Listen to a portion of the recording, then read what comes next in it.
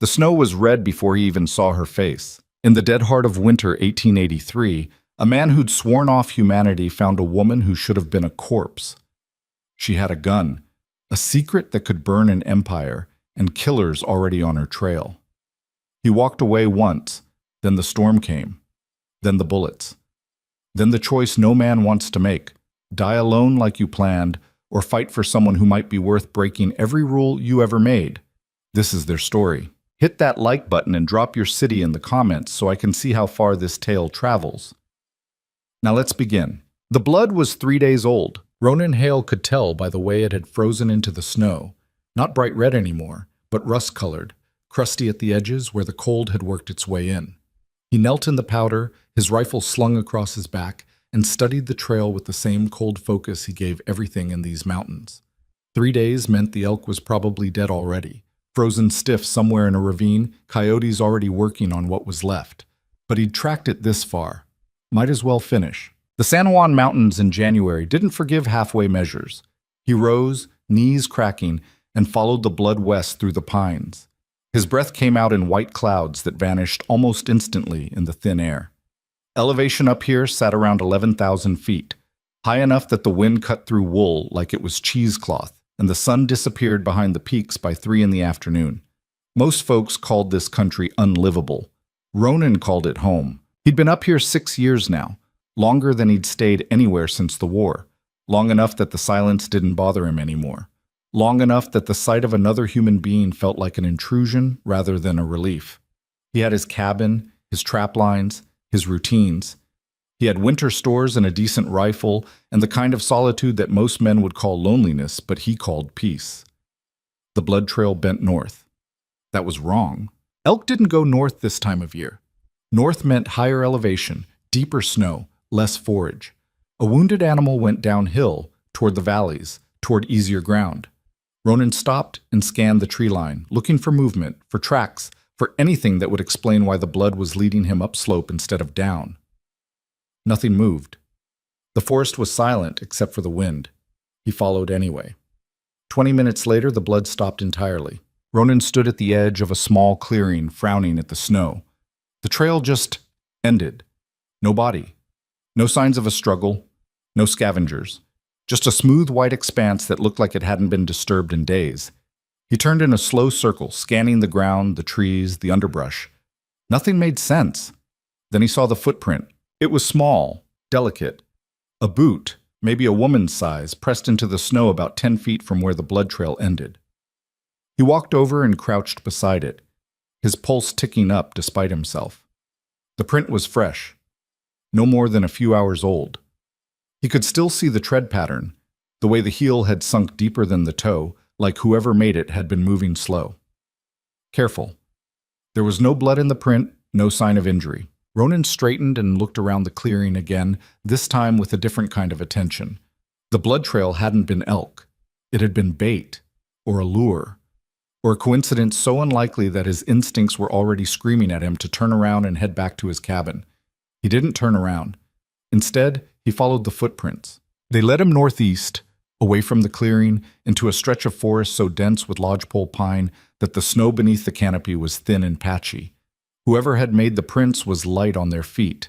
The impressions were shallow, barely visible in places. But they were consistent, purposeful. Someone who knew how to move in the woods without making a mess of it. After a quarter mile, he smelled smoke. It was faint, just a trace of burning pine and something else, something chemical, like kerosene or pitch. Ronan slowed his pace, every sense alert now. Smoke meant fire. Fire meant people. People meant trouble. He moved off the trail and circled wide, approaching the source from downwind.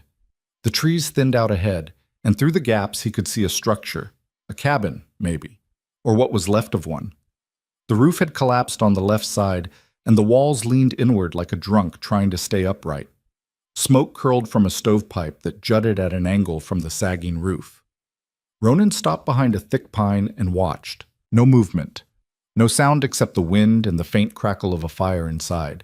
He waited 5 minutes, then 10. Patience was a skill you learned fast up here, and Ronan had learned it better than most. Finally, when he was reasonably sure no one was going to step outside and put a bullet in him, he moved closer. The cabin was worse up close. The logs were old, rotted in places, chinked with moss and mud that had cracked and fallen away. One of the windows was boarded over with planks that didn't match the rest of the structure. The other window was intact but filthy, the glass so coated with grime that he couldn't see inside. The door hung crooked on its hinges, gap-toothed and barely functional. He stopped about 20 feet out and called, "Anyone home?" His voice sounded too loud in the stillness. No answer. He tried again. "I'm not looking for trouble, just saw your smoke." Still nothing. Ronan shifted his weight, debating. The smart move was to turn around and leave. Whoever was in there clearly didn't want company, and he wasn't in the habit of forcing himself on strangers. But something about the whole setup bothered him. The blood trail, the footprints, the collapsing cabin in the middle of nowhere. People didn't live up here unless they were running from something, and people who were running usually didn't last long. He took a step closer. The door exploded outward. Not literally. It didn't blow off the hinges or anything dramatic like that. But it swung open hard and fast, and suddenly there was a woman standing in the gap, a shotgun leveled at his chest, her eyes wild and her hands shaking so bad he could see the barrel trembling. "Don't," she said. Her voice cracked on the word. "Don't come any closer." Ronan froze. He kept his hands visible, rifle still slung across his back, palms out in a gesture that was supposed to look non-threatening, but probably just looked awkward. "Easy," he said. "I'm not here to hurt you." "Then leave." "I will. Just wanted to make sure you were all right." "I'm fine." She wasn't fine. Even from 20 feet away, Ronan could see that she was in bad shape. Her face was pale and hollow, cheekbones standing out sharp under skin that looked like it hadn't seen a decent meal in weeks. Her coat was too thin for this altitude, her boots were cracked, and the shotgun she was holding looked like it weighed more than she did. She swayed slightly as she stood there, and for a second he thought she might actually collapse. "You don't look fine," he said. Her jaw tightened. "That's not your problem." "Maybe not, but if you're planning to survive the winter up here, you're going to need more than what you've got." "I said leave." "All right." He took a step back, hands still up. "I'm going, but if you change your mind, my cabin's about 2 miles southeast. Follow the ridge down to the creek, then head upstream.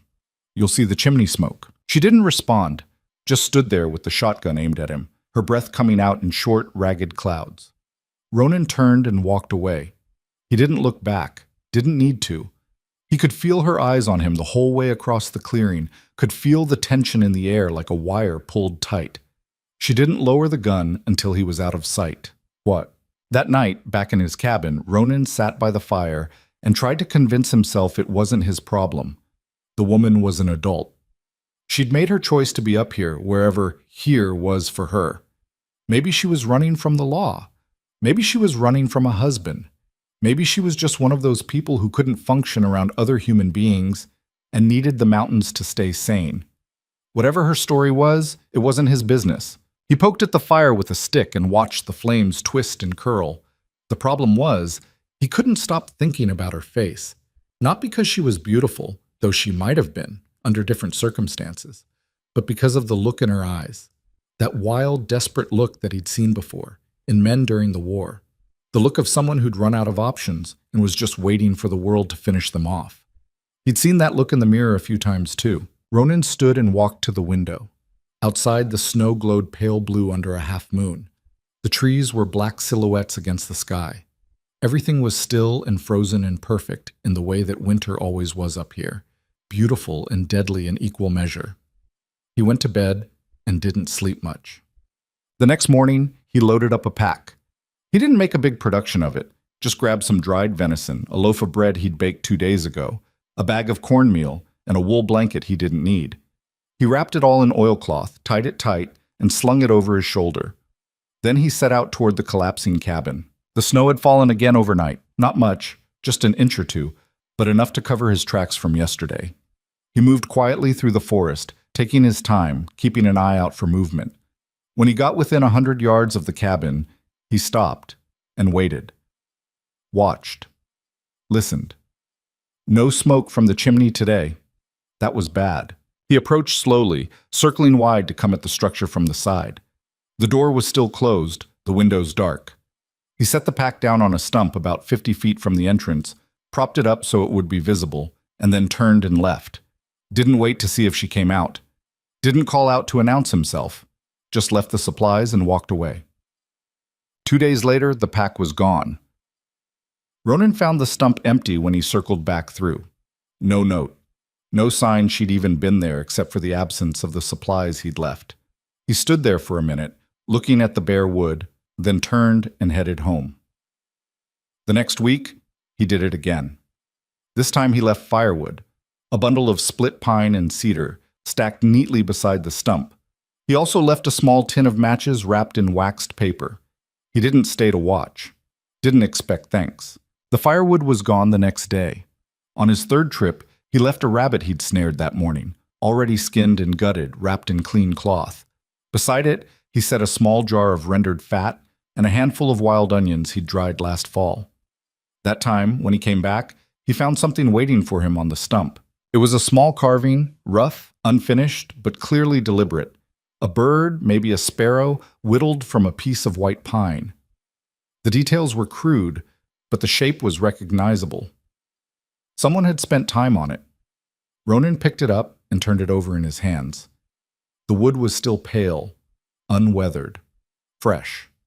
He slipped it into his coat pocket and walked home. But the pattern continued for 3 weeks. Ronan left food, firewood, small necessities. She took them. Sometimes she left something in return. Another carving, a bundle of dried herbs, once a small pouch of salt that must have cost her something to part with. They never spoke, never saw each other. But the exchange continued, silent and steady, like a conversation in a language neither of them had words for. It was the strangest thing Ronan had done in years. He told himself it was practical. Told himself he was just keeping her alive because it was the decent thing to do. Because letting someone freeze to death within 2 miles of his cabin would weigh on him in a way he didn't want to deal with. Told himself it didn't mean anything, but he kept the carvings, and he kept going back. Then the blizzard hit. It came out of nowhere, or at least it felt that way, even though Ronan should have seen the signs. The sky had been too clear the day before, the wind too calm. The birds had disappeared. The air had that heavy, waiting quality that always preceded a big storm. He'd ignored it. By the time the snow started falling, it was too late to do anything but batten down and ride it out. Ronan sealed the shutters, stoked the fire, and settled in with his winter stores. He had enough food to last 2 months if he rationed carefully. Enough firewood to keep the cabin warm through February. He'd weathered worse storms than this.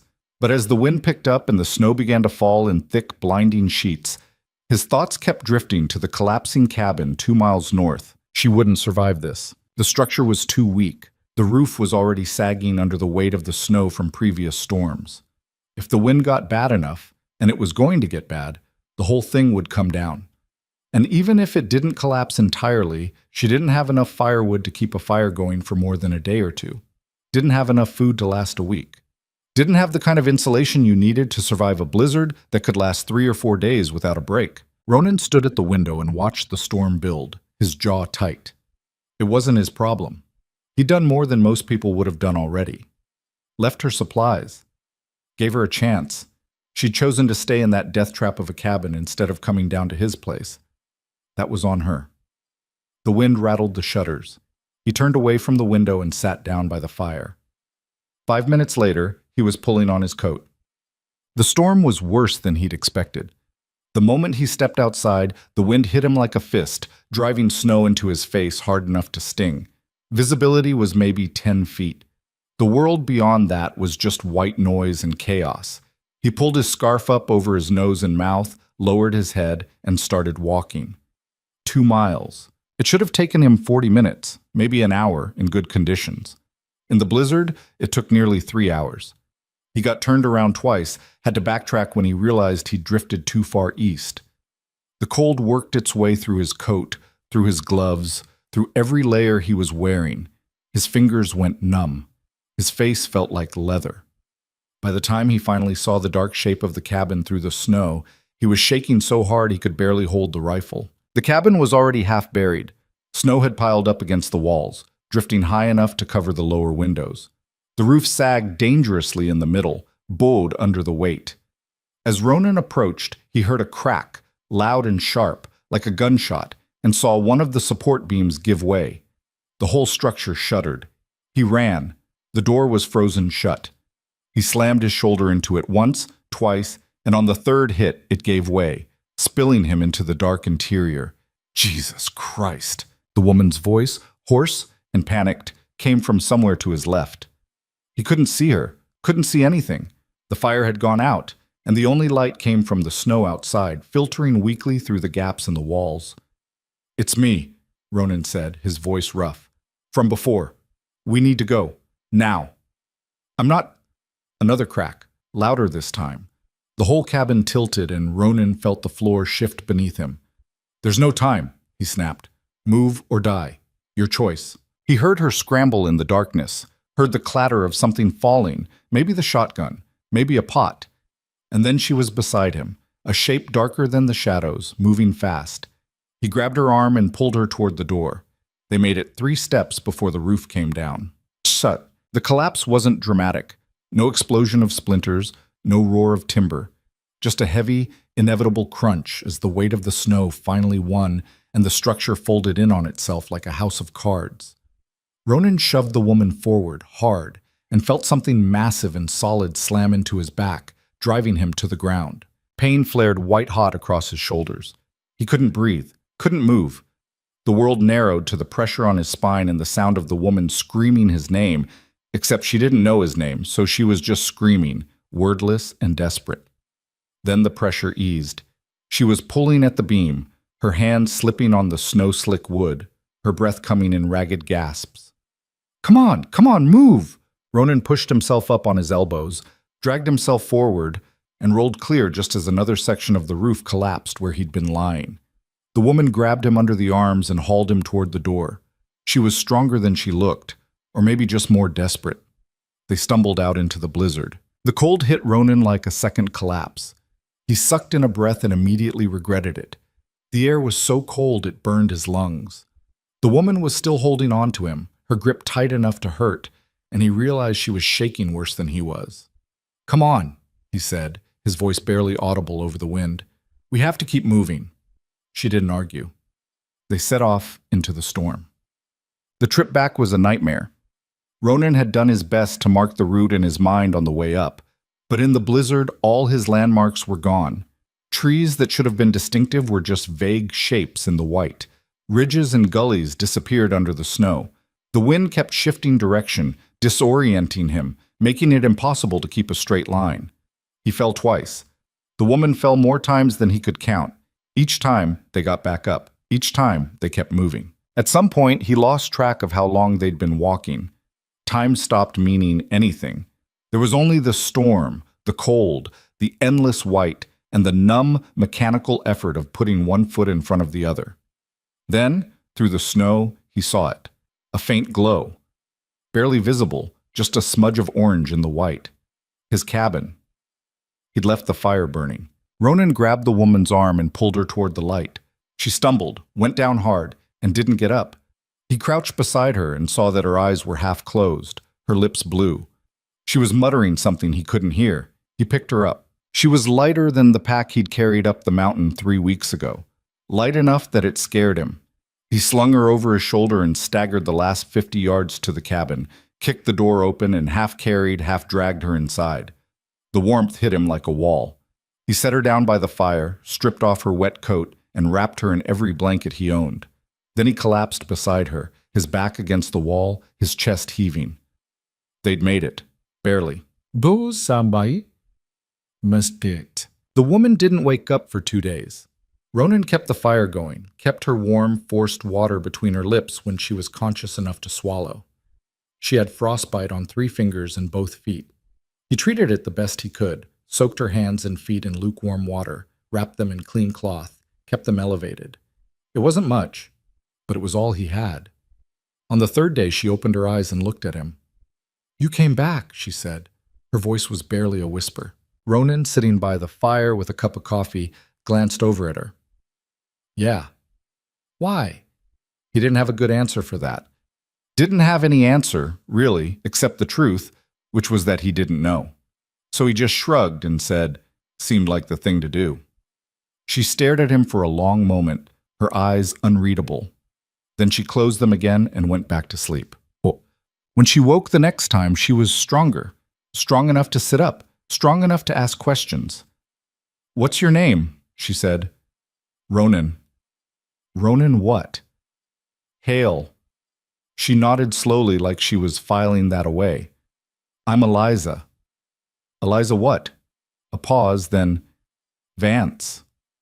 Ronan didn't push. If she wanted to tell him more, she would. If she didn't, that was fine too. He wasn't in the habit of prying into other people's business. They sat in silence for a while, the fire crackling between them. Finally, Eliza spoke. "You saved my life.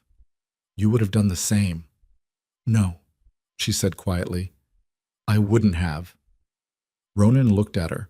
There was something in her voice, something raw and honest, that caught him off guard.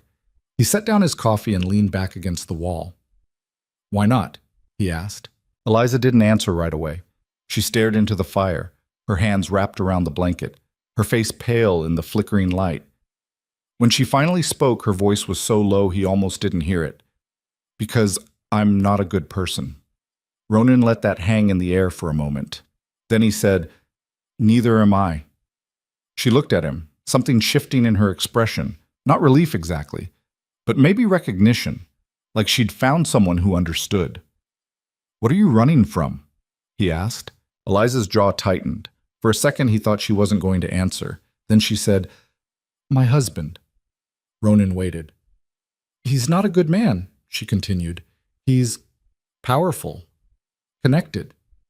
He works for the railroad, enforcement mostly, making sure the right people stay in line, making sure the wrong people disappear." She paused, her hands clenching in the blanket. "I found out what he did, what he's been doing, and I took something from him, something that could ruin him." "What'd you take?" She hesitated. Then she reached into the inside pocket of her coat, still drying by the fire, and pulled out a small leather journal. She held it up so he could see. "A ledger," she said. "Names, dates, payments, every bribe, every murder, every crime he's committed for the last 5 years. All of it documented." Ronan stared at the journal. "And he knows you have it?" "Yes." "So he'll come looking for you?" "Yes." "How many men?" "I don't know. As many as it takes." Ronan leaned his head back against the wall and closed his eyes. Of course. Of course she wasn't just running from a bad marriage. Of course there were killers on her trail.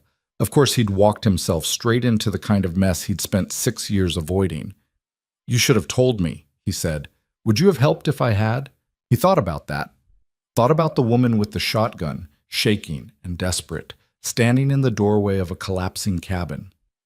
Thought about the choice he'd made to go back for her in the blizzard. "Yeah," he said finally. "I would have." Eliza looked at him for a long moment. Then she said, "Thank you." Ronan didn't respond, just stood and walked to the window, looking out at the snow. The storm had passed. The sky was clear now, pale blue and hard as glass. The mountains stretched out in every direction, white and endless and silent. Somewhere out there, men were coming. And Ronan Hale, who'd sworn off humanity 6 years ago, was about to break that promise in the worst way possible. Ronan stood at the window for a long time after Eliza stopped talking. The mountains looked different now. Not peaceful, just empty. The kind of empty that could hide anything. "How long do we have?" he asked, without turning around. "I don't know." Her voice was steadier now, but he could hear the exhaustion underneath it. "Could be days, could be weeks. Depends on how fast they figure out where I went." "And if they don't find you?" "They'll find me. They always do." Ronan turned to look at her. She was sitting up straighter now, the blankets pooled around her waist, her dark hair falling loose over her shoulders. Even half frozen and recovering from frostbite, there was something sharp about her, something that hadn't been broken yet, despite everything. "You could give them the ledger," he said. "Tell them you'll forget what you saw. Go back." Eliza's laugh was short and bitter. "You don't know my husband." "No, but I know men like him." "Then you know going back isn't an option." She looked down at her hands, at the cloth wrappings around her fingers. "He'd kill me. Maybe not right away. Maybe he'd make it look like an accident. But I'd be dead either way." Ronan crossed his arms and leaned against the wall. "So what's the plan?" Hide up here until you freeze or starve. The plan was to get to Denver, find a federal marshal, turn over the ledger and hope they can protect me long enough to testify. She paused. But the storm came early. I ran out of supplies faster than I thought. And then you showed up. Lucky me. Lucky both of us, maybe. Ronan didn't feel particularly lucky, but he didn't argue. Instead, he walked to the stove and poured himself more coffee. The pot was starting to run low. He'd need to make another batch soon, and his stores were getting thin. 2 people burned through supplies twice as fast, and he hadn't planned on feeding anyone but himself through the winter. "How much food do you have left?" Eliza asked, like she'd read his mind. "Enough for 1 person to make it to spring? Maybe. And for 2? We'd be cutting it close." She was quiet for a moment. Then she said, "I can leave. Soon as I'm strong enough to walk, I'll go. You don't need to. You won't make it 10 miles. You don't know that." "Yeah, I do." He turned to face her, coffee cup in hand. "Your feet are frostbitten. You've got no supplies, no shelter, and no idea where you're going. You'll be dead in a week." "That's my problem." "It is. But I already dragged you out of 1 collapsing building. I'm not interested in doing it again." Eliza stared at him, her jaw tight.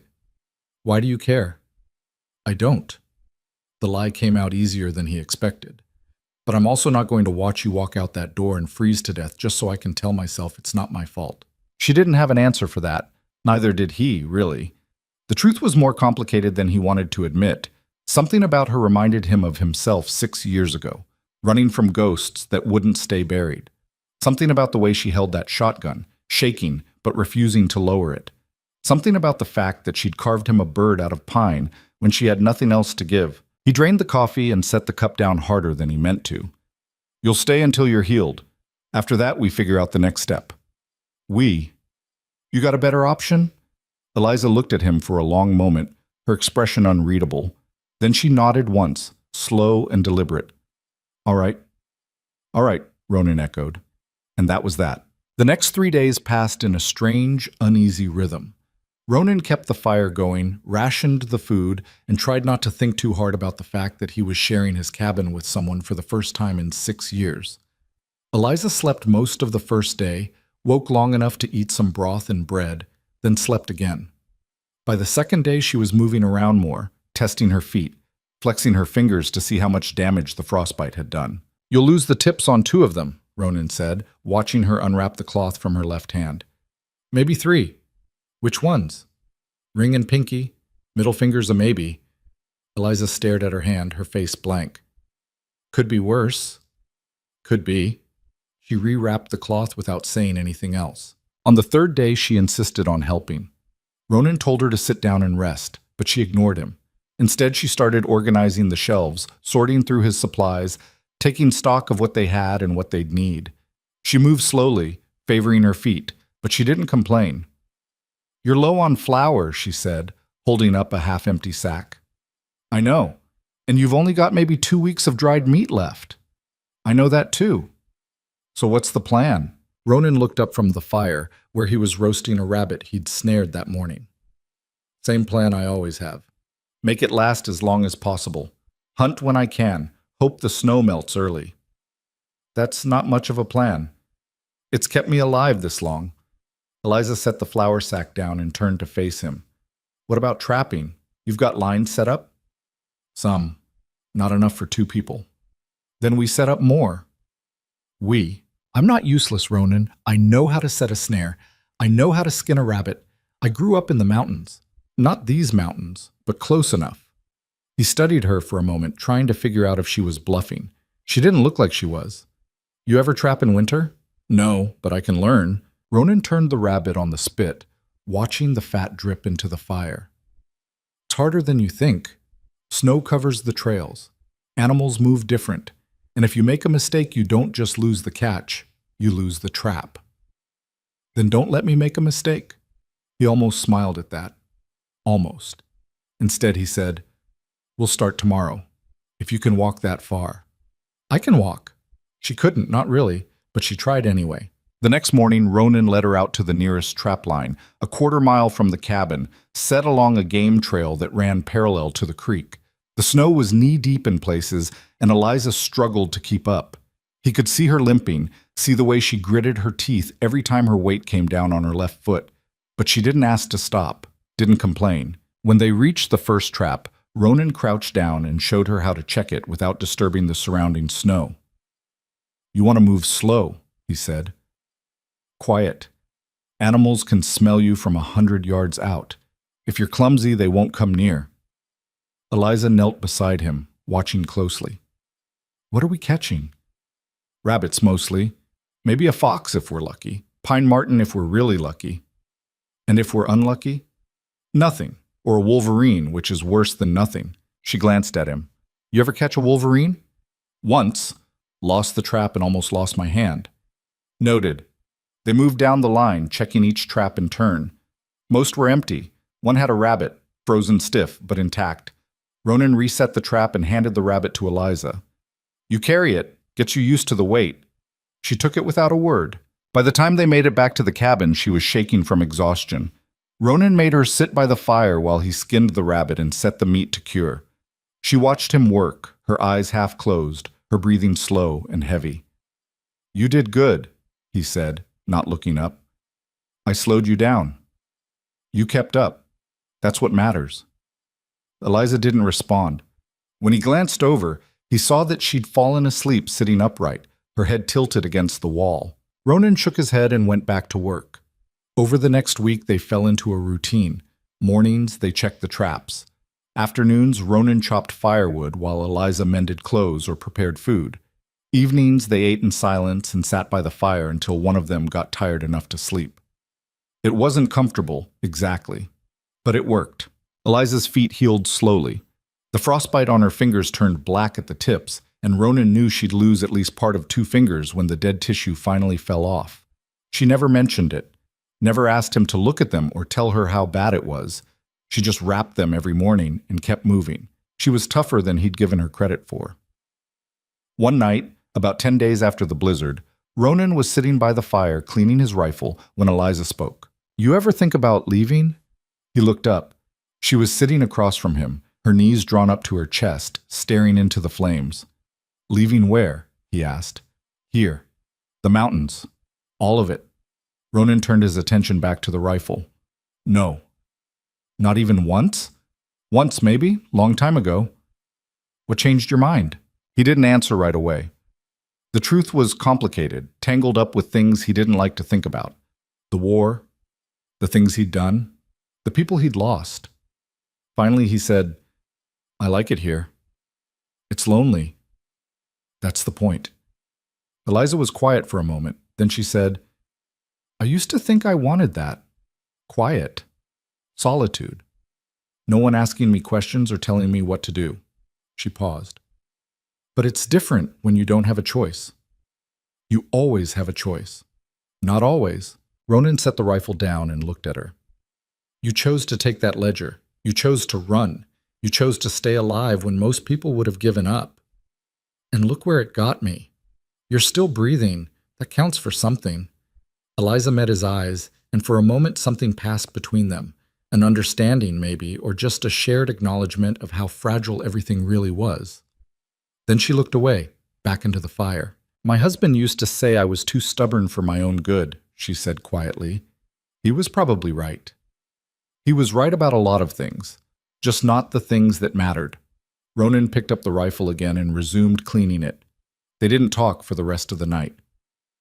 2 days later, the weather turned. Ronan woke before dawn to the sound of wind battering the cabin walls. He rolled out of bed and checked the window, pulling back the shutter just enough to see outside. The sky was dark gray, heavy with clouds, and the trees were bending under the force of the wind. Snow was already starting to fall. Not the light, drifting kind, but thick and fast, driven sideways by the gusts. "Another storm?" Eliza's voice came from behind him. He turned. She was sitting up in her bedroll, her hair tangled, her face pale in the dim light. "Big one," Ronan said. "We need to secure everything, now." They spent the next hour reinforcing the shutters, stacking firewood inside the cabin, and double-checking the food stores. Ronan dragged in extra wood from the shed, enough to last 3 or 4 days if they were careful. Eliza filled every pot and bucket they had with snow, so they'd have water once the storm made it too dangerous to go outside. By mid-morning, the wind was howling so loud it sounded like the mountain itself was screaming. Ronan stood by the window watching the world disappear into white. "This one's worse than the last." "How long will it last?" Eliza asked. "No way to know. Could be 2 days, could be 5. "And if the cabin doesn't hold?" He didn't answer. There wasn't a good answer. The storm raged for 3 days. On the first day, they stayed close to the fire, rationing food and speaking only when necessary. The wind was so loud it made conversation difficult anyway. Ronan kept checking the roof, listening for the telltale crack of wood under pressure, but the cabin held, barely. On the second day, the temperature dropped. Even with the fire burning hot, the cold crept in through the gaps in the walls, through the floor, through every crack and crevice. Ronan gave Eliza the thickest blanket and told her to stay close to the stove. She didn't argue. On the third day, the wind finally started to ease. By evening, the storm had passed, leaving behind a world buried under 4 feet of fresh snow. Ronan opened the door and had to dig his way out, shoveling snow away from the entrance until he could squeeze through. The air outside was brutally cold, so cold it hurt to breathe, but the sky was clear. Stars were already starting to appear in the east. He turned to go back inside and froze. Smoke. Not from his chimney. From somewhere to the south, maybe a mile away. Thin and gray against the darkening sky. Ronan's chest tightened. He ducked back into the cabin and grabbed his rifle. "What is it?" Eliza asked, standing up. "Someone's out there." Her face went pale. "Are you sure?" "I saw smoke. It could be someone else. A trapper. It's not." He checked the rifle, made sure it was loaded. "Stay here. Keep the door barred." "Ronan, stay here." He didn't wait for her to argue. He stepped outside, pulled the door shut behind him, and started moving toward the smoke. The snow was deep enough that every step was a fight. Ronan kept to the tree line, using the trunks for cover, his rifle up and ready. The smoke was coming from a small clearing about a mile south, close enough that whoever made the fire could have seen his cabin if they'd been looking. He circled wide, approaching from the east, staying low. When he got close enough to see the fire, he stopped and crouched behind a fallen log. 3 men. They were standing around the fire, stamping their feet and blowing on their hands. 2 of them had rifles. The third had a shotgun slung over his shoulder. They were dressed too light for this altitude. Canvas coats and wool hats, no furs, no proper gear. They looked cold, miserable, and they were scanning the tree line like they were looking for something. Ronan's jaw tightened. He waited, watching. After a few minutes, one of the men spoke. Too far away for Ronan to make out the words, but the tone was clear, frustrated, impatient. The second man shook his head and gestured north, toward the ridge. The third man spat into the snow and said something that made the others laugh. Then they started packing up. Ronan watched as they kicked snow over the fire, shouldered their packs, and headed north. They moved like men who knew where they were going, like they had a plan. He waited until they were out of sight. Then he waited another 10 minutes to be sure. Finally, he stood and made his way back to the cabin. Eliza was waiting by the door when he came in, her face tight with worry. "Well?" 3 men, armed, heading north. Toward us? Maybe. Hard to say. She sat down heavily on the edge of the bed. "They found me." "You don't know that." "Who else would they be?" Ronan didn't have a good answer for that. He set the rifle down and started pacing. "Could be hunters. Could be trappers who got lost in the storm. Trappers don't travel in groups of 3, and they don't camp a mile from someone else's cabin without introducing themselves." She was right. Ronan stopped pacing and looked at her. "How many men does your husband have?" "Enough." "That's not an answer." Eliza rubbed her face with both hands. "I don't know. 12, maybe more. He hires them as he needs them. Gunslingers, enforcers, men who don't ask questions. And he'd send them all the way up here? For that ledger? Yes." Ronan swore under his breath. "We need to move." "Move where?" "We're surrounded by 10 feet of snow and it's the middle of winter. Then we defend. Against 12 armed men? We'll die. Maybe. But if we sit here and do nothing, we'll definitely die." Eliza stared at him, her eyes wide. "You don't have to do this. You can tell them I forced you to help me. Tell them I threatened you. They'll leave you alone. Ronan shook his head. That's not how this works. Ronan, they saw the smoke from my chimney. They know someone's here. Even if I hand you over, they'll kill me anyway. Can't leave witnesses. Her face crumpled. I'm sorry. I didn't mean for... Stop. He crossed the room and sat down beside her. This isn't your fault. You didn't ask for this. And I made my choice when I went back for you in the storm. Why? Her voice was barely a whisper. Why would you do that? Ronan didn't have a good answer for that either, so he just said, because you would have done the same. Eliza looked at him, her eyes wet, and for a moment he thought she was going to cry. But she didn't. Instead, she nodded once and wiped her face with the back of her hand. All right, she said. So what do we do? Ronan stood and walked to the window. Outside, the snow glowed pale under the rising moon. The mountains were silent and still, beautiful in the way that dangerous things often were. We get ready, he said, and we wait. They spent the rest of the night preparing. Ronan pulled out every weapon he owned, 2 rifles, a shotgun, a revolver, and a hunting knife, and laid them out on the table. He checked the ammunition, counted the rounds, and tried not to think about how quickly they'd run out if things went bad. Eliza helped without being asked. She loaded the rifles, organized the bullets, and made sure everything was within easy reach. Her hands were steady now, her face calm. Whatever fear she'd felt earlier, she'd buried it. You ever been in a fight before? Ronan asked. Not like this. It's loud, confusing. People do stupid things when they're scared. I'll manage. I'm sure you will.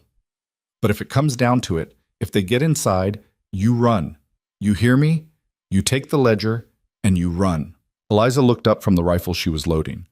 And leave you here to die? Better one of us than both. That's not happening. Eliza, I said it's not happening. Her voice was hard now, unyielding. You want to die for that ledger? Fine. But I'm not running. Not again. Ronan stared at her, trying to find the words to argue.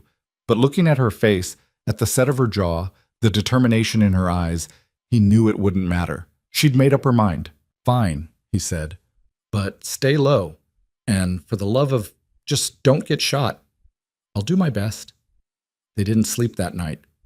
Just sat by the fire, weapons close, listening to the wind and waiting for dawn. When the sun finally rose, pale and cold through the gray sky, Ronan stood and looked out the window. The clearing was empty. No movement, no smoke. But he could feel it, that electric tension in the air, the kind that came right before something broke.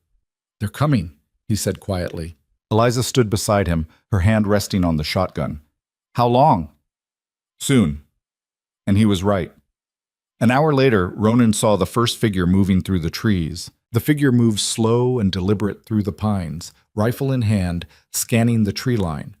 Ronan could see him clearly from the window. A tall man in a dark coat, maybe 40 yards out, moving north toward the cabin. Behind him, 2 more shapes emerged from the forest. 3, Ronan said quietly. Same ones from yesterday. Eliza moved to the other window, staying low, her shotgun resting against the sill. Are they coming here? Not yet. They're circling, looking for tracks. Will they find any? Probably. I covered what I could, but the snow's too fresh. They'll see where we've been moving. The lead man stopped about 30 yards from the cabin and raised his hand. The other 2 fanned out to either side, forming a loose perimeter. They were moving like soldiers, organized, deliberate, watching each other's backs. Not random thugs. Professionals. Ronan's grip tightened on his rifle. The lead man called out, his voice carrying clear across the snow. Anyone home? Ronan didn't answer. We're just passing through, the man continued, looking for someone. A woman, dark hair, about 5.5 feet tall. You seen anyone like that? Still nothing. The man waited a few seconds, then tried again. We don't want trouble, just tell us if you've seen her and we'll be on our way. Ronan glanced at Eliza. Her face was pale but composed, her jaw set. She shook her head slightly. Don't answer. He turned back to the window. The 3 men were holding position now, rifles ready but not raised, waiting. The silence stretched out, thick and tense. Finally, the lead man sighed. All right, have it your way. He made a gesture and the other 2 started moving closer. Ronan raised his rifle and fired. The shot cracked through the morning air like a whip, and the lead man dove sideways into the snow. The bullet kicked up Powder exactly where he'd been standing a second before. The other two men scattered, taking cover behind trees. "That's close enough," Ronan shouted. "Next one won't miss." There was a pause. Then the lead man's voice came from behind a thick pine. "You're making a mistake, friend. I'm not your friend, and you're on my land. We're just looking for the woman, that's all. There's no woman here. Just me. You sure about that?" "Real sure." Another pause. Ronan could see movement between the trees, the men repositioning, trying to get a better angle on the cabin. He tracked one of them with his rifle, waiting for a clear shot. The lead man spoke again. "Her husband's offering a reward. $500 cash. All you have to do is tell us where she is." "Don't have her." "Then you won't mind if we take a look inside?" "I mind plenty. Listen." The man's voice took on a harder edge. "We can do this easy or we can do it hard, your choice, but either way, we're getting what we came for." Ronan fired again, this time aiming for the tree trunk where the voice was coming from. Wood exploded in a shower of splinters. Someone cursed. "That's my answer," Ronan said. For a moment, everything went quiet. Then all hell broke loose. The gunfire started from 3 directions at once. Bullets slammed into the cabin walls, punching through the shutters, shattering the glass in one of the windows. Ronan dropped below the sill and crawled toward the center of the room. Eliza was already there, pressed against the floor, her hands over her head. "You okay?" he shouted over the noise. "Fine. What do we do?" "Keep your head down." The shooting continued for maybe 30 seconds, then stopped. Ronan waited, listening. He could hear voices outside, muffled, discussing something. Planning. He crawled to the other window and peered through a gap in the shutter. One of the men was moving toward the cabin from the east, using the trees for cover. The other 2 were providing suppressing fire, keeping Ronan pinned. "They're trying to flank us," he said. Eliza grabbed the shotgun and moved to the east window. "I've got it. Wait until he's close. Make the shot count." She nodded, her face grim. The man kept coming, darting from tree to tree, getting closer with each movement. 20 yards. 15. 10. When he broke from cover to make the final dash to the cabin wall, Eliza stood and fired. The shotgun blast was deafening in the confined space. The man went down hard, clutching his leg, screaming. The other 2 immediately opened fire again, and Eliza dropped back below the window, her ears ringing. "Did I get him?" she shouted. "You got him." The wounded man was crawling back toward the trees, leaving a dark trail in the snow. His partners stopped shooting long enough to drag him into cover. Ronan used the opportunity to move to the front window and look for a target. He saw the lead man's shoulder behind a pine and fired. Missed. Fired again. The man jerked back and Ronan couldn't tell if he'd hit him or not. Then the shooting stopped again. Ronan reloaded, his hands moving on autopilot. Beside him, Eliza was doing the same with the shotgun, her face set in concentration. Her hands were shaking, but she got the shells loaded. "How many rounds do we have left?" she asked. "Enough, for now." Outside, someone was yelling. Ronan couldn't make out the words, but the tone was angry, desperate. The wounded man was probably bleeding bad, and the other 2 were trying to decide whether to keep pushing or fall back. A voice called out, not the lead man this time, but one of the others, younger. "You killed my brother!" "He's not dead," Ronan shouted back. "But he will be if you don't get him to a doctor. You son of a—" "Take him and leave. This doesn't have to get worse." "The hell it doesn't." More gunfire. This time it was concentrated on the door, trying to blow through the wood. Ronan heard the bar crack and swore. If they kept that up, they'd breach the cabin in minutes. He grabbed the revolver from the table and moved to the door. "Eliza, cover the windows." "What are you doing?" "Ending this." Before she could argue, he lifted the bar and kicked the door open. 2 men were standing in the clearing, both with rifles aimed at the cabin. They weren't expecting the door to open.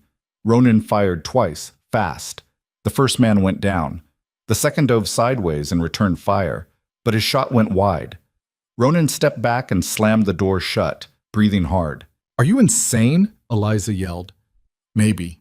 You could have been killed." "But I wasn't." She stared at him like he'd lost his mind. Maybe he had. But now there were only 2 men left standing, and one of them was wounded. The odds were getting better. Outside, someone was screaming in pain. not the wounded man from before, the one Ronan had just shot. The sound cut off abruptly, and then there was silence. Ronan moved back to the window and looked out. The clearing was empty except for the body. No sign of the other two. They'd pulled back into the trees. "Where are they?" Eliza whispered.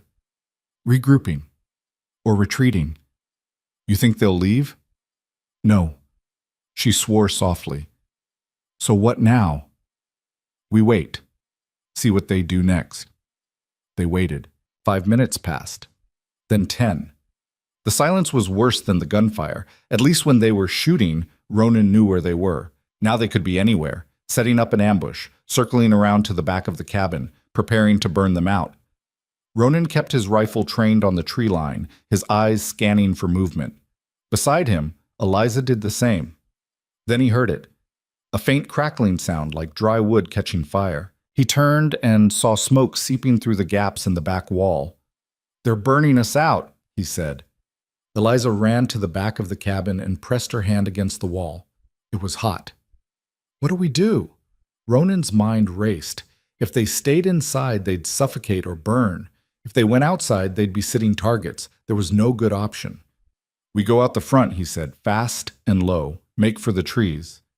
"They'll be waiting for us." "I know." Eliza stared at him, her eyes wide. Then she nodded. "All right."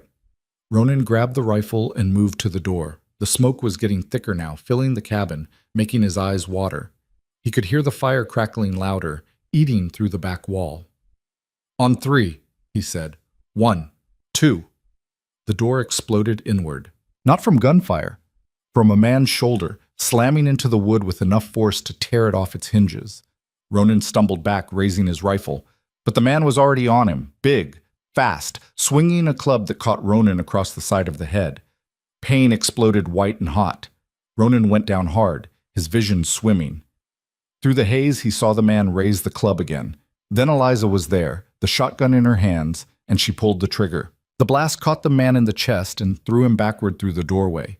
He hit the snow and didn't move. Eliza dropped the shotgun and grabbed Ronan's arm. "Get up. We have to go." He let her pull him to his feet, his head spinning. Blood was running down the side of his face, warm and sticky. He wiped it away and grabbed his rifle. The cabin was burning now, flames licking up the back wall, black smoke pouring through the door. They had maybe a minute before the whole structure went up. "Go," Ronan said, pushing Eliza toward the door. She hesitated. The ledger, "Forget it. Move!" They ran. Outside, the clearing was chaos.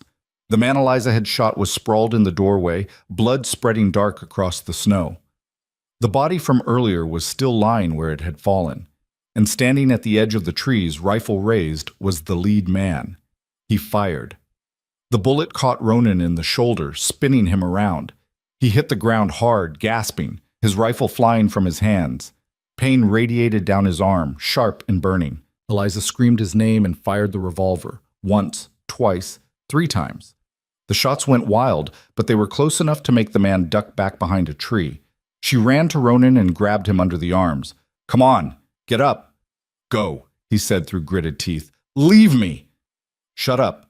She hauled him to his feet and half carried, half dragged him toward the trees. Behind them, the cabin groaned and collapsed inward, sending up a shower of sparks and ash. They made it to the tree line just as another shot rang out. The bullet hit a trunk inches from Eliza's head, and she flinched but didn't stop. She kept moving, pulling Ronan deeper into the forest, away from the burning cabin, away from the gunfire. They stumbled through the snow for what felt like hours, but was probably only minutes. Finally, when Ronan's legs gave out completely, Eliza lowered him against a tree and collapsed beside him. They were both breathing hard, their breath coming out in ragged white clouds. Ronan's shoulder was on fire, blood soaking through his coat. Eliza's hands were shaking so bad she could barely hold the revolver. "Let me see," she said, reaching for his shoulder. "It's fine." "It's not fine. You're bleeding." "I've had worse." "That doesn't make it fine." She pulled his coat aside and hissed when she saw the wound. The bullet had gone through the meat of his shoulder, missing bone, but tearing through muscle. Blood was still flowing, dark and steady. "We need to stop the bleeding," she said. "No time. They're still out there." "Ronan, later. We need to move." He tried to stand, but his legs wouldn't cooperate. Eliza grabbed his good arm and helped him up, and together they started moving again. Behind them, through the trees, Ronan could hear voices. The men were following. They moved as fast as they could, which wasn't fast at all. Ronan's shoulder throbbed with every step, and the blood loss was starting to make him lightheaded. Eliza kept one arm around his waist, supporting his weight, her face grim with determination. After a while, the voices faded.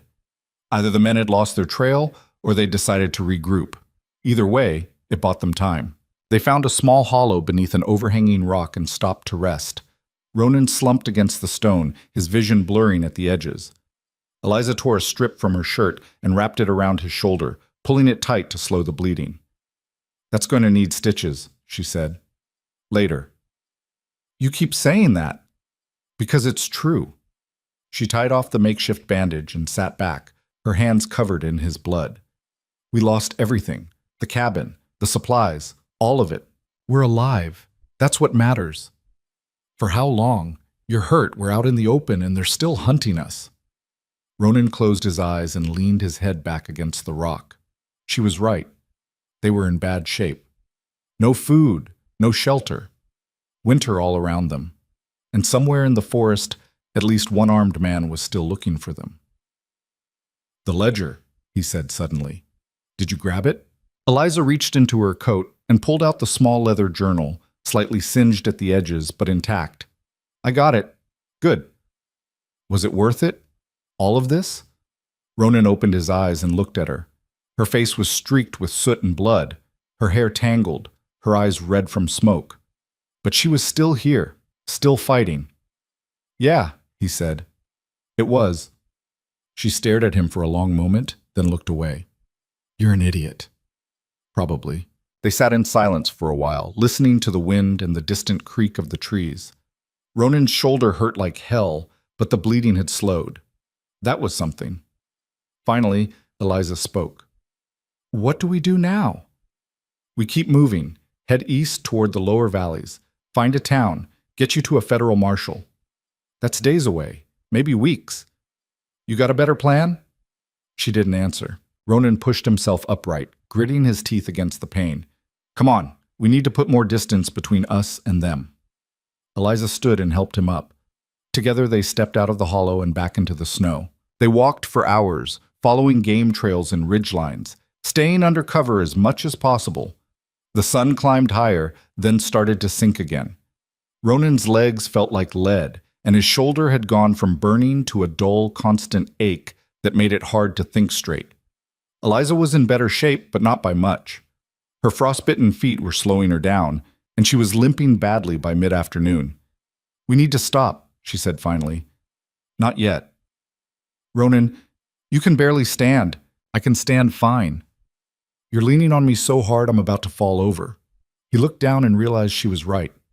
He'd been putting most of his weight on her without even realizing it. "Sorry," he muttered. "Don't apologize. Just stop." They found a cluster of pines with branches low enough to provide some cover and collapsed beneath them. Ronan sat with his back against a trunk, his breathing labored. Eliza knelt beside him and checked his shoulder again. "It's still bleeding," she said. "Not much." "Enough." She rewrapped the bandage, pulling it tighter. Ronan hissed through his teeth, but didn't complain. When she was done, she sat back and looked at him. "You're going to die if we don't get that stitched soon."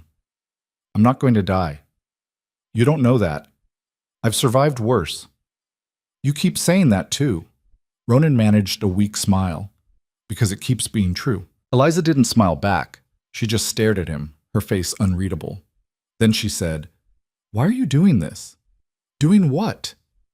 "Risking your life for someone you barely know. I told you, they would have killed me anyway." "That's not the only reason." He looked away, out at the snow. "Maybe not." "Then what is it?" Ronan was quiet for a long time. Finally, he said, 6 years ago, I walked away from everything. The war, my family, the whole damn world. I told myself I was done, that I didn't owe anyone anything, and no one owed me. And for a while that worked." He paused, trying to find the right words. "Then you showed up, and I could have walked away again, could have left you in that cabin to freeze, could have told those men where you were and saved myself the trouble. But I didn't." "Why not?" Because I'm tired of walking away. Eliza stared at him, her eyes glistening. That's the stupidest reason I've ever heard. Probably. You're going to get yourself killed. Maybe. She shook her head, but there was something in her expression, something soft, almost grateful. Thank you, she said quietly. Don't thank me yet. We're not out of this. I know, but still, thank you. Ronan nodded. He didn't trust himself to say anything else. They rested for another hour, then started moving again. The sun was setting now, painting the sky in shades of orange and pink. It would have been beautiful if they weren't running for their lives. As darkness fell, they heard it, the crack of a branch, the crunch of snow under boots. Someone was following them. Ronan stopped and turned, his good hand on the revolver. Eliza pressed close beside him, her breathing shallow.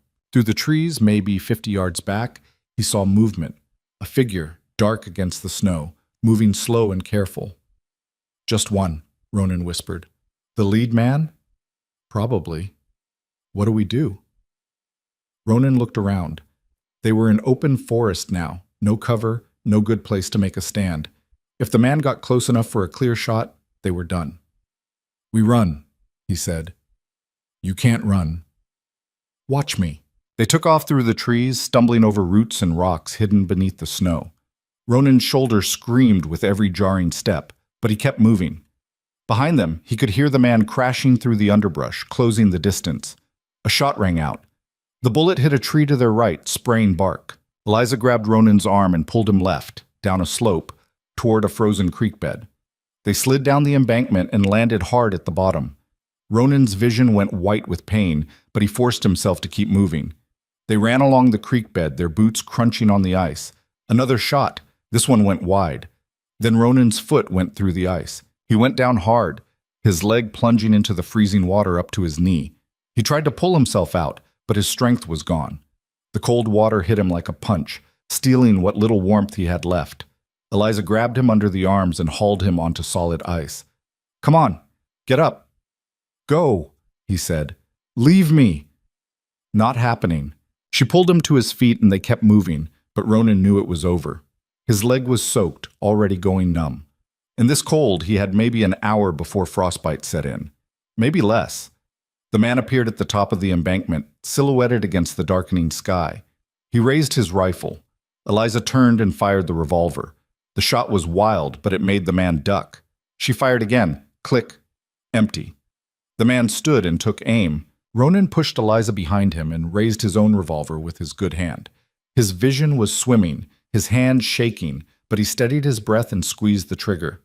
The shot echoed across the frozen creek. The man staggered, clutched his side, and fell backward out of sight. For a moment, everything was silent. Then Eliza was pulling Ronan forward again, away from the creek, into the trees. He didn't know how long they walked. Could have been minutes. Could have been hours. Everything was starting to blur together. The cold, the pain, the exhaustion. Finally, his legs gave out completely, and he collapsed in the snow. Eliza knelt beside him, her face pale. Ronan, stay with me. Tired, he mumbled. I know, but you can't sleep, not yet. Just for a minute. No, Ronan, look at me. He forced his eyes open. She was leaning over him, her hands on his face, her expression fierce. You don't get to die, she said. Not after everything. You hear me? You don't get to die. Okay, he whispered. Promise me. I promise. She pulled off her coat and wrapped it around him, even though she was shivering herself. Then she sat beside him and pulled his head onto her lap, holding him close. We're going to make it, she said, her voice breaking. Both of us. We're going to make it. Ronan wanted to believe her, but as the darkness closed in around him, he wasn't sure he'd wake up to find out. Ronan woke to pain. Not the sharp, bright kind that came with fresh wounds, but the deep, grinding ache that meant his body had been working overtime just to keep him breathing. His shoulder throbbed, his leg felt like it was encased in ice, and his head pounded with a rhythm that matched his heartbeat. He opened his eyes and saw a gray sky through pine branches. You're awake. Eliza's voice came from somewhere to his left. He turned his head, slowly, because even that hurt, and saw her sitting against a tree, her face drawn and pale. She'd wrapped herself in both their coats, but she was still shivering. "How long was I out?" he asked. His voice came out raspy, barely recognizable. "Most of the night. It's morning now, maybe 8 o'clock. Ronan tried to sit up and immediately regretted it. The world tilted sideways, and for a second he thought he might pass out again. Easy, Eliza said, moving to his side. Don't push it. We need to move. You need to rest. Can't rest, they're still out there. The one you shot is dead, I checked. Ronan blinked at her. You went back? Just far enough to see. He bled out in the snow. She paused. That leaves 2. Maybe. The one I shot in the leg might not have made it either. Or he did, and now they're both looking for us. Eliza didn't argue with that. She just pulled the coats tighter around herself and stared out at the trees. Ronan forced himself into a sitting position, breathing hard from the effort. His leg was still wet, the fabric frozen stiff against his skin. He could barely feel his toes. That was bad. That was very bad. "We need fire," he said. "I know, but if we make a fire, they'll see the smoke. If we don't make a fire, I'll lose the leg." Eliza looked at him, her expression torn. Finally, she nodded. "All right, but just for a little while. Just enough to get you warm." She gathered what dry wood she could find. Not much, but enough for a small fire. She used the matches from Ronan's coat pocket, the ones that had somehow survived everything, and coaxed the flames to life. The heat was immediate and glorious, spreading through Ronan's body like medicine. He pulled off his boot and peeled away the frozen fabric of his pants leg. His skin was white and waxy, the kind of color that meant frostbite had already started. He held his foot close to the fire, gritting his teeth against the pins and needles sensation as feeling slowly returned. Eliza tended to his shoulder while the fire burned, unwrapping the blood-soaked bandage and cleaning the wound as best she could with snow. It wasn't much, but it was better than nothing. "You're going to have a hell of a scar," she said. "Add it to the collection." She almost smiled at that. Almost. Instead, she tore another strip from her shirt, which was getting pretty threadbare at this point, and wrapped his shoulder again, pulling the fabric tight. When she was done, she sat back and looked at him. "We can't keep doing this." "Doing what?"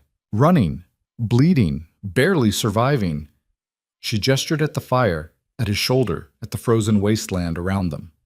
"We're not going to make it to Denver like this. So what do you suggest?" "I don't know, but this isn't working." Ronan stared into the fire, watching the flames dance. She was right. They were running on fumes, and every hour they stayed out here was another chance for the cold or the wounds or the men hunting them to finish the job. "There's a mining camp," he said finally, "about 15 miles east of here. Might be abandoned by now, but it's shelter. And if we're lucky, there might be supplies left behind." 15 miles in your condition? "You got a better option?" Eliza was quiet for a moment. Then she said, "No?" "Then that's where we go." They killed the fire after 20 minutes, burying the embers under snow and scattering the wood. It wasn't perfect, but it would have to do. Ronan pulled his frozen boot back on and tested his weight on the leg. It hurt, but it held.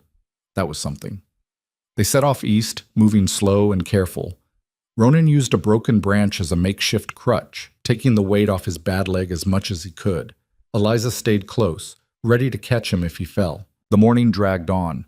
The sun climbed higher but offered no warmth, just pale light that reflected off the snow until everything hurt to look at.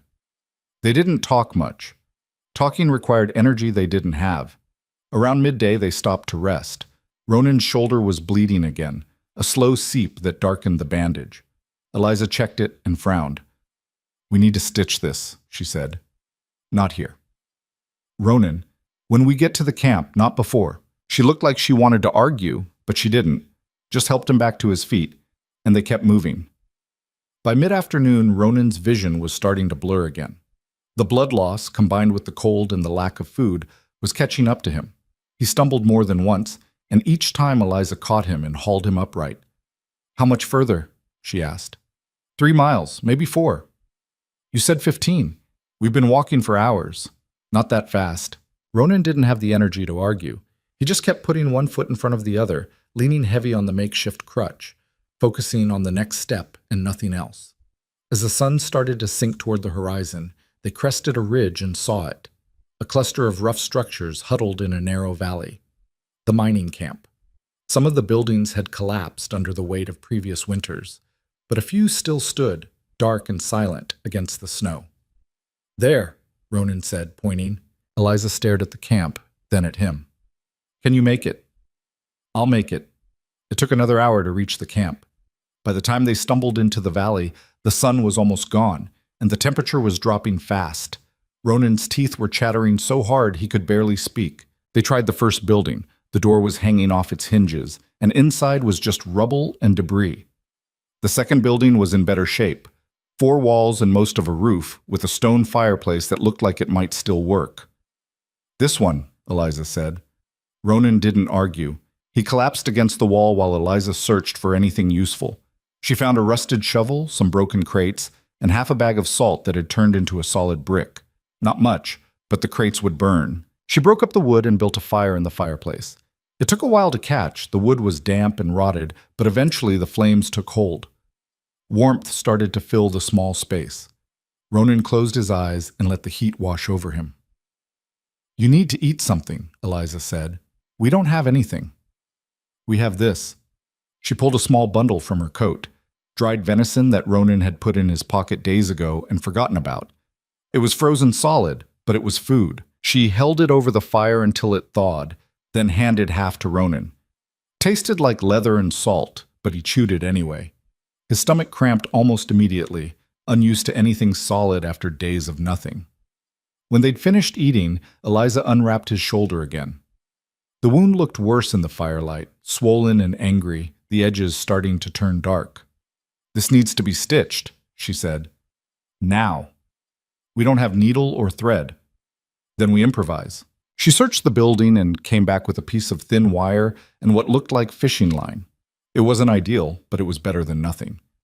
"This is going to hurt," she said. "I know." Eliza heated the wire in the fire until it glowed red, then let it cool just enough to handle. She threaded the fishing line through the end and looked at Ronan. "Ready?" "No, do it anyway."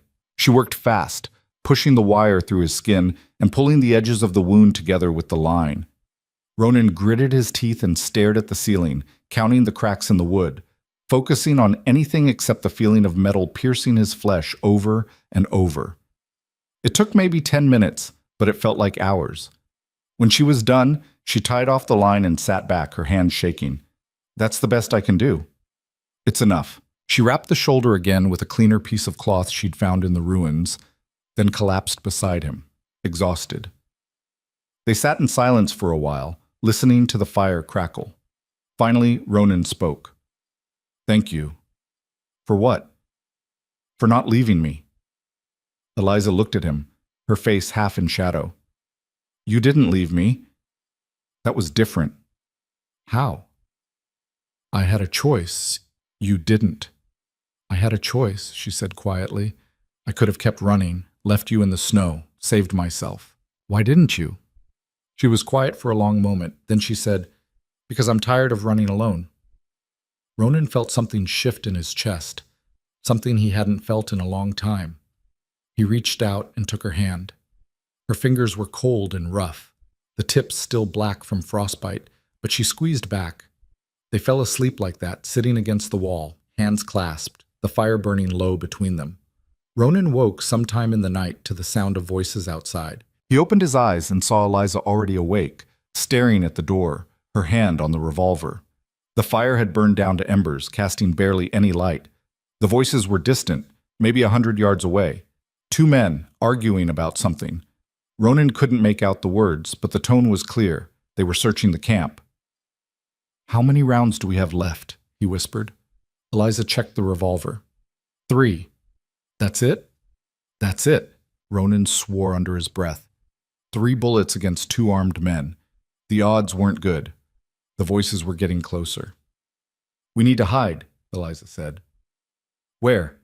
"This is one room." She looked around frantically, then pointed to a section of collapsed roof in the corner. "There, under the rubble. They'll see us." "You have a better idea?" He didn't. They crawled across the floor and burrowed into the rubble, pulling broken boards and debris over themselves. It wasn't much cover, but in the darkness, it might be enough. The voices stopped right outside the building. "You check this one?" a man's voice said. "Not yet. Looks empty." "Check it anyway." Footsteps, the creak of the door being pushed open. Through a gap in the boards, Ronan could see a figure silhouetted in the doorway, holding a lantern. The man stepped inside, his boots crunching on the debris. "Anyone here?" he called out. Silence. The man walked to the fireplace and crouched down, studying the embers. He reached out and touched them, then pulled his hand back. "Still warm," he said. "They're close." Another figure appeared in the doorway. How close? Could be minutes, could be hours, but they were here. The second man stepped inside. In the lantern light, Ronan could see his face, hard, weathered, with a scar running from his temple to his jaw. This was the lead man, the one who'd been hunting them from the start. "Check the back rooms," the scarred man said. There are no back rooms." "Then check outside, look for tracks." The first man left. The scarred man stayed, walking slowly around the room, his eyes scanning every corner. He stopped near the pile of rubble where Ronan and Eliza were hiding. Ronan held his breath. The man stood there for what felt like forever, just looking. Then he turned and walked to the door. "Nothing here?" he called out. "Let's keep moving." The footsteps faded. Ronan and Eliza stayed hidden for another 10 minutes, listening. When they were sure the men were gone, they crawled out of the rubble, covered in dust and splinters. "That was too close," Eliza whispered. "Yeah. They're not giving up." "No." "So what do we do?" Ronan looked at her, then at the dying embers in the fireplace. An idea was forming, reckless, probably stupid, but it might be their only shot. "We stop running," he said. "What?" "They're hunting us, wearing us down, waiting for us to make a mistake." He met her eyes. "So we turn it around. We hunt them." Eliza stared at him like he'd lost his mind. "Hunt them?" "Ronan, you can barely walk. We have 3 bullets. They have... I know what they have, but they think we're running scared. They think we're weak. We use that." "How?" "We set a trap." She was quiet for a moment, considering. Then she said, "What kind of trap?" Ronan explained his plan. It wasn't complicated, but it didn't need to be. Simple plans were harder to screw up. When he finished, Eliza shook her head. "This is insane." "You got a better idea?" "No, but that doesn't make this any less insane." "So we do it?" She looked at him for a long moment, then nodded. "We do it." They spent the next hour preparing. Ronan couldn't move fast, but he could still think, and Eliza could handle the heavy work. They gathered what they needed from the ruins: rope from an old mining cart, boards from the collapsed buildings, anything that could be used. By the time they were done, the sun was starting to rise, painting the eastern sky in shades of pink and gold. "They'll come back," Ronan said. "Probably this morning. They know we're close." "And when they do?" "We'll be ready." They took positions on opposite sides of the building, Ronan near the door, Eliza in the back corner where she had a clear line of sight. The trap was set. Now all they had to do was wait. The sun climbed higher. An hour passed, then 2. Ronan's shoulder was on fire, and his leg had gone numb again. He shifted his weight, trying to stay alert, but exhaustion was pulling at him like a current. Then he heard it. Footsteps in the snow, coming from the north. He glanced at Eliza. She nodded. "Ready." The door creaked open. The first man stepped inside, cautious, his rifle raised. He took 2 steps, then 3. His eyes scanned the room, looking for movement. He didn't see the rope until it was too late. His foot caught the tripwire, and the makeshift deadfall, a heavy beam balanced precariously above the door, came crashing down. It caught him across the shoulders and drove him to the ground. His rifle went flying. Ronan was on him in a second, his good hand wrapped around the man's throat, pressing hard. The man struggled, clawing at Ronan's arm, but he was pinned under the beam and couldn't get leverage. "Where's the other one?" Ronan growled. The man gasped for air, his face turning red. "Go to hell." Ronan pressed harder. "Where?" A gunshot cracked through the air. Ronan felt the bullet pass inches from his head and threw himself sideways. The scarred man was standing in the doorway, rifle aimed, his face twisted in fury. He fired again. This time the bullet hit the wall behind Ronan, spraying splinters. Eliza stood from her position in the corner and fired the revolver. The shot caught the scarred man in the leg, and he went down hard, cursing. Ronan scrambled to his feet and grabbed the fallen rifle. He aimed it at the scarred man who was trying to raise his own weapon. "Don't," Ronan said. The scarred man hesitated, then lowered the rifle. Blood was spreading dark across his pants leg. "It's over," Ronan said. "Your men are dead. You're bleeding. You've lost." The scarred man laughed, a harsh, bitter sound. "You think this is over?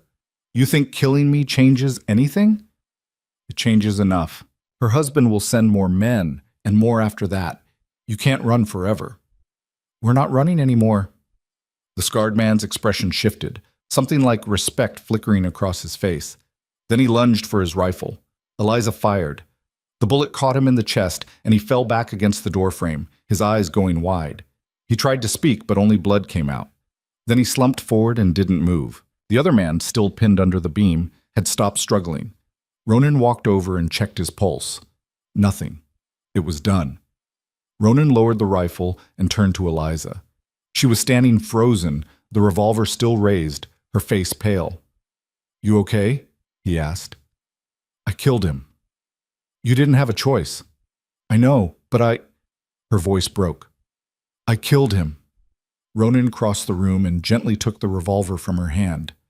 "Hey, look at me." She did, her eyes wide and wet. "You saved my life," he said. Again. That's all this was. It doesn't feel like that. It never does. But it's true. She nodded slowly, then collapsed against him, her body shaking. Ronan put his good arm around her and held her while she cried. After a while, she pulled back and wiped her face. "What now?" "Now we finish this. We get to Denver, turn over the ledger, end it for real." "How? We don't have supplies. We don't have horses. We're barely—" "They do." Ronan gestured to the dead men. "Check their packs, see what they've got." Eliza searched the bodies while Ronan kept watch. She came back with 2 rifles, ammunition, dried food, blankets, and most importantly, a map. Ronan spread the map on the floor and studied it. "There's a town about 30 miles southeast, Ridgeway. From there we can catch a stage to Denver." 30 miles? "It's downhill most of the way, and we've got supplies now. We can make it." Eliza looked at him, doubt written all over her face. But she nodded. "All right, let's go." They left the mining camp behind and started the long walk toward civilization. The first 2 days were the hardest. Ronan's shoulder screamed with every step, and his leg alternated between numb and burning. But the supplies from the dead men made all the difference. They had food now, real food, not just scraps. They had blankets. They had ammunition. And most importantly, they had hope. Eliza walked beside him, quiet but watchful. She'd changed since the mining camp. Something had hardened in her, like metal tempered in fire. She didn't flinch at shadows anymore, didn't look over her shoulder every 5 minutes. She just kept moving forward.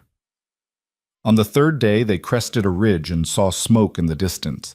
Not the thin, desperate smoke of a campfire, but thick columns rising from chimneys. Civilization. "Ridgeway," Ronan said, pointing. Eliza stared at the town like it was a mirage. "We made it." "Not yet. Still got to get down there." The descent took another 3 hours. By the time they stumbled into the edge of town, the sun was setting and Ronan could barely stand. His vision kept blurring at the edges, and his shoulder had started bleeding again despite Eliza's stitches. The town was bigger than Ronan had expected. Maybe 300 people, with a main street lined with storefronts and a decent-sized hotel. People stopped and stared as they walked past. 2 strangers covered in blood and dirt, armed to the teeth, moving like ghosts. "We need a doctor," Eliza said. "We need the law first." "Ronan, you're about to pass out." "I'll manage." She grabbed his arm and forced him to stop. "No, you won't. We're finding a doctor. Now." He wanted to argue, but his legs chose that moment to give out.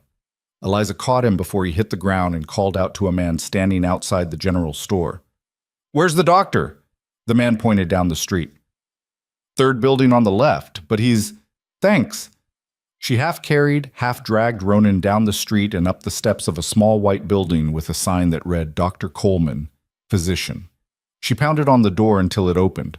An older man with gray hair and spectacles looked them up and down, his expression shifting from annoyed to alarmed. "What in the—" "He's been shot," Eliza said. 3 days ago. He needs help." The doctor stepped aside. "Get him inside." The next few hours were a blur. Ronan remembered being laid out on a table, remembered the doctor cutting away the makeshift bandage and swearing under his breath, remembered the sharp bite of a needle and the smell of carbolic acid. Then nothing. When he woke, it was dark outside. He was lying in a bed, an actual bed, with clean sheets, in a small room that smelled like medicine and soap. His shoulder was wrapped in proper bandages, and his leg was elevated on a pillow. Eliza was sitting in a chair beside the bed, her head tilted back against the wall, asleep. She'd cleaned up, washed her face, combed her hair, but she still looked exhausted. Ronan tried to sit up and immediately regretted it. The pain in his shoulder flared bright and hot. Eliza's eyes snapped open. "Don't move." "How long was I out?" "About 6 hours. Doctor said you lost a lot of blood. Said it's a miracle you made it this far." "Where's the ledger?" She patted her coat. "Right here, safe." Ronan relaxed back against the pillow. "We need to find a federal marshal." "Already did. He's coming by in the morning." "How'd you manage that?" "Told him I had information about corruption in the railroad. He was very interested." "I bet." Eliza leaned forward, her expression serious. "Ronan, there's something you need to know. The doctor said your shoulder will heal, but it's going to take time. Weeks, maybe months. And there's a good chance you won't get full use of it back." "I figured as much." "I'm sorry." "Don't be. I'm alive. That's more than I expected a week ago." She looked at him for a long moment, then reached out and took his hand. "Thank you for everything." "We already did this conversation." "I know, but I mean it. You saved my life more times than I can count. And you didn't have to. You could have turned me in, could have saved yourself." "So could you." "That's different." "How?" She smiled faintly. "Because I'm stubborn." "So am I." They sat in comfortable silence for a while, hands still clasped. Finally, Eliza spoke again. "What are you going to do after all this is over?" Ronan hadn't thought that far ahead. His whole world for the past week had been survival, getting through the next hour, the next day. The idea of a future beyond that felt strange, distant. "Don't know," he said finally. "Guess I'll figure it out. You could come with me to Denver, start over." "Denver's not really my kind of place." "What is your kind of place?" He thought about the cabin, the one that had burned to the ground. Thought about 6 years of solitude, of telling himself he was better off alone. Thought about how quickly that had fallen apart the moment he'd met a woman with a shotgun and nowhere to go. "I don't know anymore," he admitted. Eliza squeezed his hand. "Well, you've got time to figure it out." The federal marshal arrived the next morning, a stern-faced man named Crawford, with iron gray hair and a badge that looked like it had seen better days. He sat across from Eliza in the doctor's front room while Ronan listened from the bed in the back. "You're telling me your husband orchestrated the robbery of a federal payroll train," Crawford said, his voice skeptical. "I'm telling you he's been orchestrating robberies, bribes, and murders for the past 5 years," Eliza replied, "and I have proof." She set the ledger on the table. Crawford opened it and started reading. His expression didn't change for the first few pages. Then his eyebrows went up. Then he started swearing under his breath. After 10 minutes, he closed the book and looked at Eliza. "Where did you get this?" "From my husband's office. He kept it locked in a safe. Thought no one would ever find it." "And you're willing to testify?" "Yes." Crawford leaned back in his chair, studying her. "You know what you're asking for, don't you? Your husband has connections, money, power. This kind of testimony could get you killed. People have already tried to kill me, multiple times. I'm still here." The marshal glanced toward the back room where Ronan was lying. "I heard about the men who came after you. Sheriff found 3 bodies up in the mountains. Another 2 at an abandoned mining camp." "Self-defense," Eliza said flatly. "I believe you. But that doesn't make this any easier. If we're going to take down someone like your husband, we need to do it right. That means federal prosecutors. That means Denver. And that means you're going to be in protective custody until this goes to trial." "How long?" "Could be weeks. Could be months." Eliza was quiet for a moment. Then she nodded. All right, but I want him there. She pointed toward the back room. Ronan Hale. He gets protection too. Ma'am, I appreciate what he's done for you, but federal protection is for witnesses, not... He's a witness. He saw the men my husband sent. He fought them off. He knows everything I know. Crawford sighed. Fine, but he's in no shape to travel. We'll have to wait until the doctor clears him.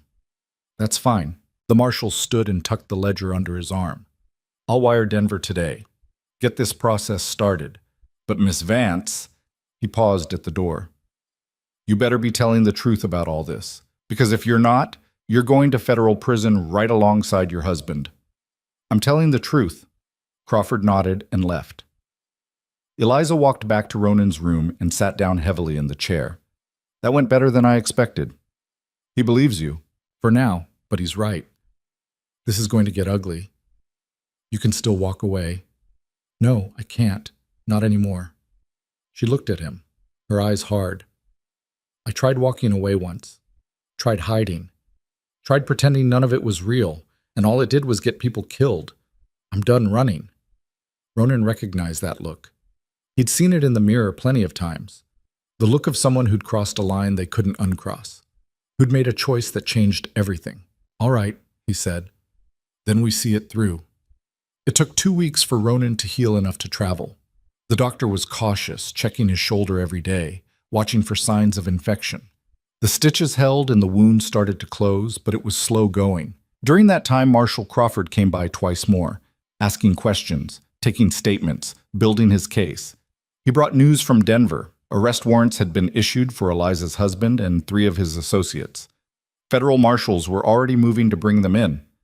It's happening, Crawford said on his second visit. Slowly, but it's happening. How long until trial? Eliza asked. 3 months, maybe 4. We need to gather witnesses, compile evidence, make sure everything's airtight. And in the meantime, you stay safe. Stay out of sight, and you let us handle this. After he left, Eliza turned to Ronan. 3 months. Could be worse. Could be better. You having second thoughts? No, just tired of waiting. Ronan understood that. Waiting was harder than running sometimes. At least when you were running, you had something to do. Something to focus on besides the fear and the doubt. On the 15th day, the doctor finally cleared Ronan to travel. His shoulder was still stiff, and he couldn't raise his arm above his head, but the infection risk had passed. That was good enough. Marshal Crawford arrived the next morning with 2 other marshals and a covered wagon. We leave in an hour, he said. Pack light. And stay armed. The journey to Denver took 4 days. They traveled during daylight hours only, staying on main roads, avoiding anything that looked like an ambush site. The marshals were professional and cautious, always watching the tree line, always ready for trouble. It never came. Ronan spent most of the trip watching the landscape change as they descended from the mountains into the plains. The snow gave way to brown grass and bare earth. The air got warmer. The sky got wider. Eliza sat beside him in the wagon, quiet and tense. She'd pulled the ledger out twice to read through it, like she was memorizing every detail, like she was preparing for battle. On the 4th day, they crested a rise and saw Denver spread out below them, bigger and louder and more chaotic than anything Ronan had seen in 6 years. Welcome back to civilization, Crawford said from the driver's seat. Ronan wasn't sure civilization was the right word, but he didn't argue. They were taken to a federal building in the center of town, a 3-story brick structure with armed guards at every entrance. Crawford led them to a suite of rooms on the 2nd floor. You'll stay here until the trial, he said. Guards outside at all times. No one comes in or out without my permission. How long? Eliza asked. Couple of months, like I said. Maybe less if we can expedite things. After Crawford left, Eliza walked to the window and stared out at the city. 2 months in a room. After everything we've been through, we're going to be stuck in a room. Could be worse. You keep saying that. Because it keeps being true. She turned to look at him. Are you always this optimistic? No. Usually I'm worse. That got a small smile out of her. Just a flicker, but it was there. The weeks that followed settled into a strange routine. Marshals came and went, asking questions, taking statements, preparing for trial. Lawyers showed up with thick folders and talked in language Ronan barely understood. Eliza spent hours going through the ledger with prosecutors, explaining every entry, every name, every crime. Ronan, for his part, tried to stay useful. He gave a statement about the men who'd come after them, described the fights, the ambushes, the mining camp. The prosecutors listened and took notes, but he could tell they were more interested in Eliza's testimony than his. That was fine. This was her fight, not his. One evening, about 6 weeks into their stay, Eliza came back from a meeting with the prosecutors looking worn down. She collapsed into a chair and rubbed her face. "They want me to testify about our marriage," she said. "What about it?" "Everything. How he treated me, what he said, what he did." She paused. "They want to paint him as a monster, and they're not wrong, but it's going to mean dragging out every horrible thing that happened over the past 10 years. Ronan sat down across from her. "You don't have to do it." "Yes, I do. If I don't, he walks. And if he walks, all of this was for nothing." "It wasn't for nothing, wasn't it? We lost everything, your cabin, your life, all for a ledger and a chance at justice that might not even work." "It'll work? You don't know that." "No, but I believe it." Eliza looked at him, her eyes wet. "Why? Why do you still believe in this?" Ronan thought about that, about the war, about the things he'd done, about the 6 years he'd spent hiding in the mountains because he couldn't face what he'd become. "Because if this doesn't work," he said slowly, "then we're just going to keep running, from him, from the past, from ourselves, and I'm done running. So yeah, I believe it'll work. Because it has to." Eliza wiped her eyes and nodded. "Okay. Okay." She stood and walked to the window, looking out at the city lights. After a moment, she spoke again. "What are you going to do after the trial?" "Haven't figured that out yet." "You could stay in Denver. There's work here, opportunities. Not really my kind of place." "You said that before, but you never said what is your kind of place." Ronan joined her at the window. Outside, the city sprawled in every direction, noisy, crowded, alive. It was the opposite of everything he'd built for himself in the mountains. "I used to think I knew," he said. "Used to think I needed to be alone, away from people, away from everything. But lately I'm not so sure." "What changed?" "You did." Eliza turned to look at him, her expression soft. "Ronan, I'm not saying I've got it all figured out. I don't. But I know I don't want to go back to what I was before, hiding, pretending the world didn't exist. That's not living. That's just waiting to die." "So what do you want?" He thought about it, really thought about it. "I want to build something, not a cabin or a trapline, something that matters, something that lasts." "Like what?" "I don't know yet, but I'll figure it out." Eliza smiled, a real smile this time, not just a flicker. "Yeah, you will." The trial began on a cold morning in early March. The courtroom was packed with reporters, lawyers, railroad officials, and curious onlookers.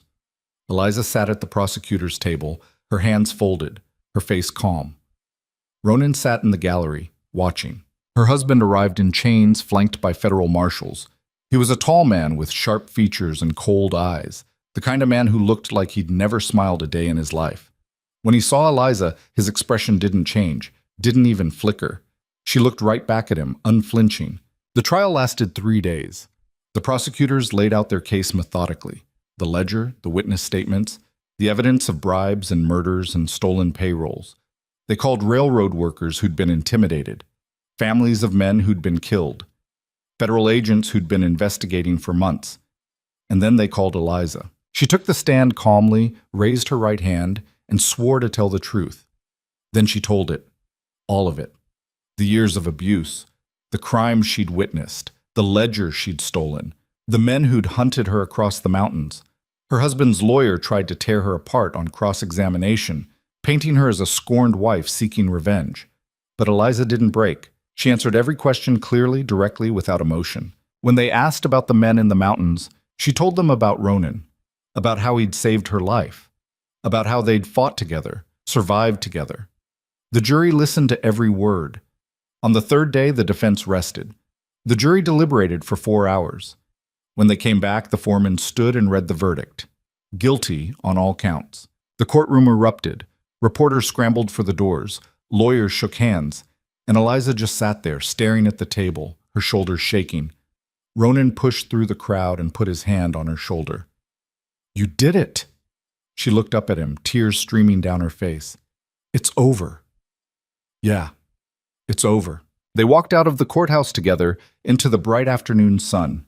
The city was loud and chaotic around them, but for the first time in months, it didn't feel threatening. It just felt like noise. Marshal Crawford met them on the steps. "You're free to go, Miss Vance. The protection order is lifted. You can go wherever you want."